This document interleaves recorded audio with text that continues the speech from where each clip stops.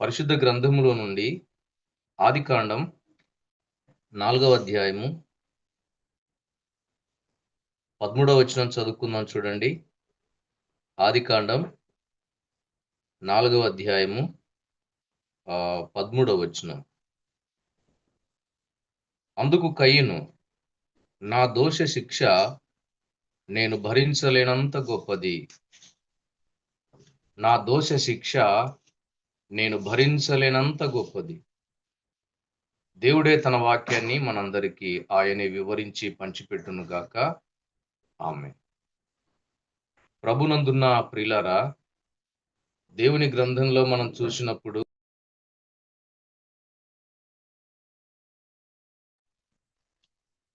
కయీను అంటూ ఉన్నాడు ప్రియులారా ఈ మాట, నా దోషం, నా పాపం నేను భరించలేనిది.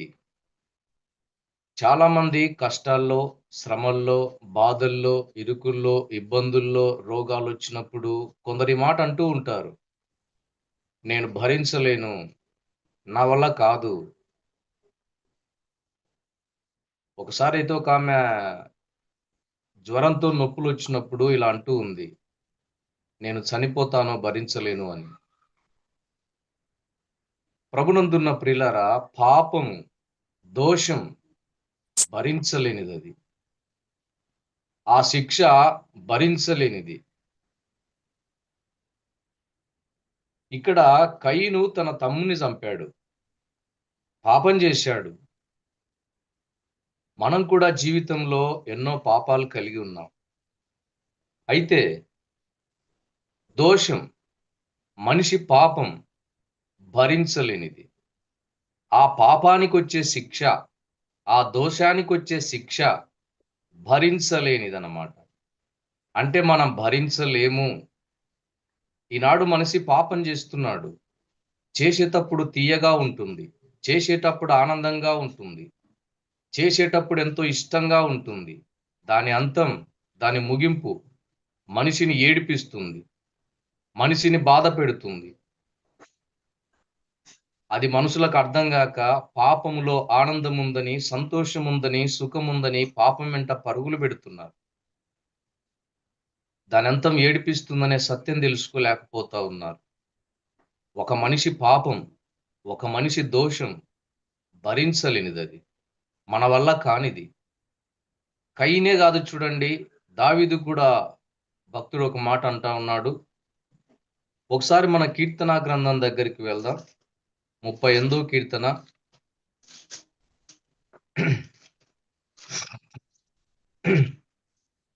38వ కీర్తనకు రండి ఒకసారి. ఇక్కడ భక్తుడైన దావీదు ఒక మాట పలుకుతూ ఉన్నాడు చూడండి. ఏమంటున్నాడో చూడండి. 38వ కీర్తన 4వ వచనం. ఈ కీర్తన ఎవరు రాశారంటే మనం ఇక్కడ చూస్తే దావీదు కీర్తన అని రాయబడింది. ఏమంటున్నాడో చూడండి దావీదు భక్తుడు, నా దోషములు నా తల మీదుగా వెళ్ళిపోయినవి, నేను మోయలేని బరువు వలె అవి నా మీద మోపబడి ఉన్నవి. చూడండి ప్రియులారా, నేను మోయలేని బరువు నా పాపం నా మీద మోపబడింది అంటూ ఉన్నాడన్నమాట. అంటే ఒక మనిషి పాపం మోయలేని బరువు అన్నమాట. అంటే మనం మోయలేము అని అర్థమైపోయింది. ఏ మనిషి పాపమైనా తను మోయలేడు, మోయటానికి వీల్లేదన్నమాట. అంటే మోయలేడు అని అర్థం అన్నమాట. భక్తుడు చెప్తున్న మాటలు ప్రియులారా ఇవి. నా దోషములు నా తల మీదుగా పొర్లిపోయినవి, నేను మోయలేని బరువు వలె అవి నా మీద మోపబడ్డాయి. ఈ రెండు మాటలు చూస్తే మనకేమర్థమవుతుంది? అక్కడ కయీను అంటూ ఉన్నాడు, నా దోష శిక్ష నేను భరించలేనంత గొప్పది. అంటే నేను భరించలేను, నా వల్ల కాదు అంటున్నాడు. ఇక్కడ దావీదు, నేను మోయలేని బరువు వలె నా పాపం, నా దోషం నా మీద మోపబడి ఉంది. అంటే నేను కూడా మోయలేను అంటున్నాడు దావీదు భక్తుడు. మనం కూడా మోయలేం. భరించలేనంత గొప్పది పాపం, మోయలేనంత బరువు పాపం. అమాలి పనికి వెళ్తే 100 కేజీలో 80 కేజీలో ఒక్కొక్క బస్తా ఉంటుంది. పెద్దలం మనం మోయగలం, పిల్లవానికి ఎత్తితే మోయలేడు కదా. ఒక 10 ఏళ్ల పిల్లవానికి ఎత్తినా కూడా మోయలేడు. ఆ పిల్లవాడు అంటాడు, నేను మోయలేనిది, నేను భరించలేనిది బరువు అని అంటారు. మోయగలిగిన వారు మోస్తారు, భరించగలిగిన వారు మోస్తారు. అయితే మన పాపం, మన దోషం మనం కూడా భరించలేనిది, మనం కూడా మోయలేనిదని అర్థమవుతుంది. కయీను అన్నట్టుగా నా దోష శిక్ష నేను భరించలేనటువంటి గొప్పది. దావీదు భక్తుడు అన్నట్లుగా నేను మోయలేని బరువు వలె నా పాపం నా మీద మోపబడింది, నేను మోయలేను అంటున్నాడు. దోషం భరించలేనిది, పాపం మోయలేని బరువు. మరి ఎవరు భరించాలి, ఎవరు మోయాలి? ఇదే కీర్తనాకారుడు దావీదు ఏమంటున్నాడో చూడండి. 65వ కీర్తన 2వ వచనానికి రెండోసారి. 65వ కీర్తన 2వ వచనం చూడండి. నా మీద మోపబడిన దోషములు భరింపజాలనివి. ఈయన కూడా కయీన్ లాగానే అంటున్నారు చూడండి. మరలా ఇక్కడ 38వ కీర్తన 4వ వచనంలో నేను మోయలేని బరువు వలె నా మీద మోపబడింది నా పాపం, నా దోషం అన్నాడు. ఇక్కడ ఇది కూడా దావీదు రాసిన కీర్తనే. ఈ 25వ కీర్తన కూడా దావీదే రాశాడు. ఏమంటున్నాడు? నా మీద మోపబడిన దోషములు భరించలేనటివి, భరింప చాలనివి. భరించలేను నేను కూడా అని ఏమన్నాడు చూడండి. మా అతిక్రమముల నిమిత్తం నీవే ప్రాయశ్చిత్తం చేయుదువు. నీవే నీవే ప్రభువా, దేవా, నీవే ప్రాయశ్చిత్తం చేయాలి. ఎంత శ్రేష్టమైన మాట ప్రియులారా. మా దోషం భరించలేనిది, మా పాపం మోయలేనిది. మేము భరించలేం, మేము మోయలేం, మా వల్ల కాదు. అయితే నువ్వే ప్రాయశ్చిత్తం చేయాలి. ఆ ప్రియ ప్రభుల వారు ఏం చేశారో చూడండి.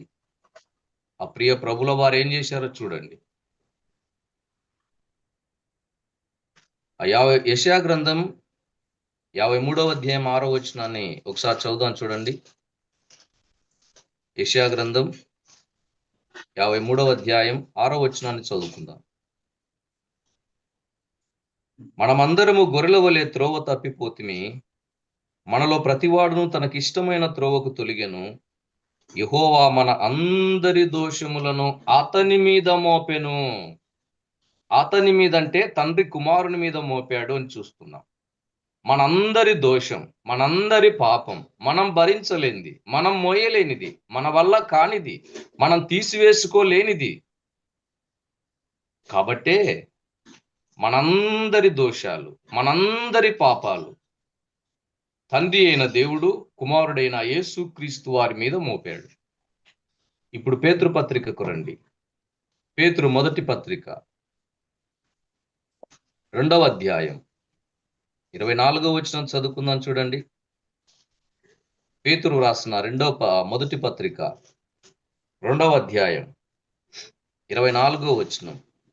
మనము పాపముల విషయమై చనిపోయి నీతి విషయమై జీవించున్నట్లు ఆయన తానే తన శరీరమందు మన పాపములను మ్రాను మీద మోసుకొనెను.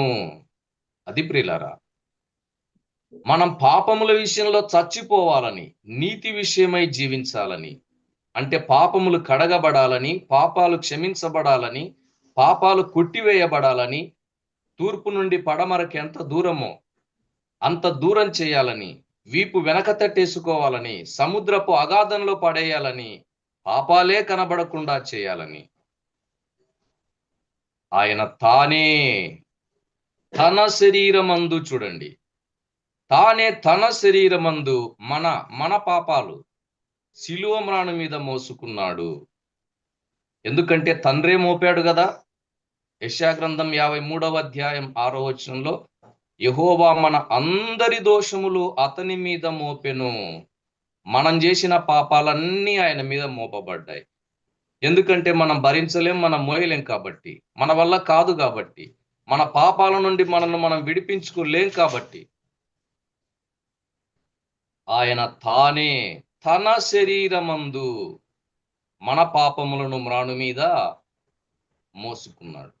శిలువ మ్రాను మోశాడు, మన పాపాలు మోసుకున్నాడు. కానీ ఆయన ఏమన్నా పాపం చేశాడా? ఆయన ఏమన్నా పాపం చేశాడా? ఒక మాట చూడండి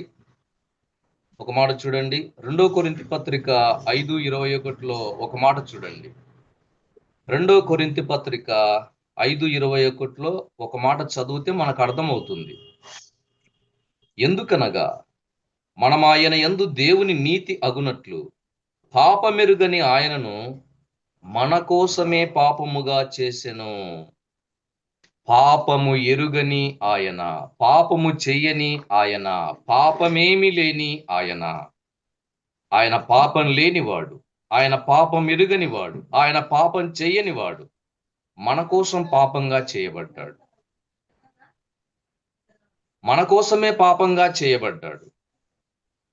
మన కోసం, మనం చేసిన పాపాల కోసమే ఆయన శిక్ష పొందాడు. ప్రభునందున్న ప్రియులారా, పాపం చేసింది కయీనే కాదు, పాపం చేసింది దావీదే కాదు. ప్రపంచంలో ఉన్న ప్రతి మానవుడు పాపం చేశాడు. ఏ భేదం లేకుండా అందరూ పాపం చేసినోళ్ళే. నీతిమంతుడు లేడు, ఒక్కడు కూడా లేడు. దేవుడు భూలోకాన్ని చూచినప్పుడు సమస్త శరీరులు చెడిపోయిన వారే. దేవుడు ఒక్కడే పాపం లేనుడు, పవిత్రుడు, నిర్దోషి, నిష్కల్మషుడు, ఆకాశ మండలము కంటే మిక్కిలి హెచ్చైన ప్రధాన యాజకుడు, పాపులలో చేరక ప్రత్యేకంగా ఉన్నోడిన. అయితే ఆయన మరణించింది మన పాపాల కోసం. ప్రభునందున్న ప్రియులారా, కయీన్ అంటున్నాడు కదా, నా దోష శిక్ష నేను భరించలేనంత గొప్పది. దావీదు అంటున్నాడు కదా, నేను మోయలేని బరువు నా పాపం. మరి మన మీద మోపితే మనం ఎలా తట్టుకోగలం? మన మీద పెడితే మనం ఎలా భరించగలం? అందుకే నీవే ప్రాయశ్చిత్తం చేయదు అని దావీదు అప్పుడే అన్నాడు. యెహోవా మనందరి దోషాలు ఆయన మీద మోపాడు. పేతురు భక్తుడు ఇలా అంటున్నాడు, తానే తన శరీరమందు మన పాపాలు మ్రాను మీద మోసుకున్నాడు అని. ఇక్కడ పౌలు భక్తుడు పాపం ఎరుగని ఆయనను మన కోసం పాపంగా చేశాడు తండ్రి అని చెప్తున్నాడు. పాపము ఎరుగని ఆయనను మన కోసం పాపముగా చేశాడు. అసలు యేసుక్రీస్తు వారు ఎందుకు వచ్చారు ప్రియులారా ఈ భూమి మీదికి? ఈ మాట చదివి నేను ముగింపు చేస్తాను. రోమా పత్రిక 8వ అధ్యాయానికి రండి, 3వ వచనాన్ని చదువుకుందాం. రోమా పత్రిక 8వ అధ్యాయం 3వ వచనం. శరీరమును అనుసరింపక ఆత్మను అనుసరించి నడుచుకుని మనయందు ధర్మశాస్త్ర సంబంధమైన నీతి విధి నెరవేర్చబడవలనని పాప పరిహారము నిమిత్తం దేవుడు తన సొంత కుమారుణ్ణి పాప శరీరాకారంతో పంపి ఆయన శరీరమందు పాపమునకు శిక్ష విధించెను. ఆయన శరీరమందు మన పాపాల శిక్ష పడింది. ఎంత ప్రేమ ప్రియులారా దేవుంది! చెడిపోయిన వాని కోసం, పడిపోయిన వాని కోసం, పాపం చేసిన వాని కోసం, శత్రువుగా ఉన్న వాని కోసం ప్రాణం పెట్టిన ప్రేమ ఇది. ఆయన శరీరమందు మన పాపాలకు శిక్ష విధించబడింది. నన్ను జ్ఞాపకం చేసుకోండి. కొందరికి ఆదివారం అంటే కూడా గుర్తుండదు. కొందరు ఎన్ని ఆదివారాల ఆరాధనకు కొడుతూ ఉంటారు. కుక్కను చూడండి ప్రియులారా, పిరికెడు అన్నం పెట్టండి, ఎక్కడ కనపడినా తల ఊపుతూ తాక ఊపుతూ తన విశ్వాసం చూపిస్తుంది. ఈనాడు సంఘాల్లో ఆదివారం పనులకు పరిగెడతా ఉన్నారు, సొంత పనులకు పరిగెడుతున్నారు. అత్యవసరమైతే తప్పదు. కానీ నన్ను జ్ఞాపకం చేసుకోండి అంటే మనం భరించలేని పాపాల తన మీద వేసుకున్నాడే, మనం మోయలేని పాపాన్ని తన మీద వేసుకున్నాడే.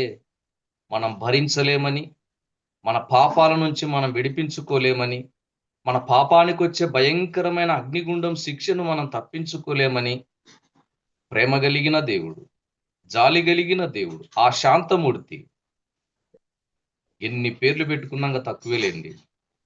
అటువంటి దేవుడు మన పాపాలన్నిటి కోసం ఆయన శిక్ష పొందితే ఆయన జ్ఞాపకం చేసుకుని ఆరాధించటానికి కూడా ఈనాడు మనం విశ్వాసం లేని వారం అయిపోతున్నాం.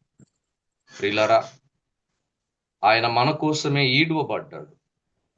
ఒక తప్పు చేసిన వాణ్ణి, ఒక పాపం చేసిన వాణ్ణి ఈడ్చినట్లుగా ఆయన్ను ఈడ్చుకొని వెళ్ళాడు.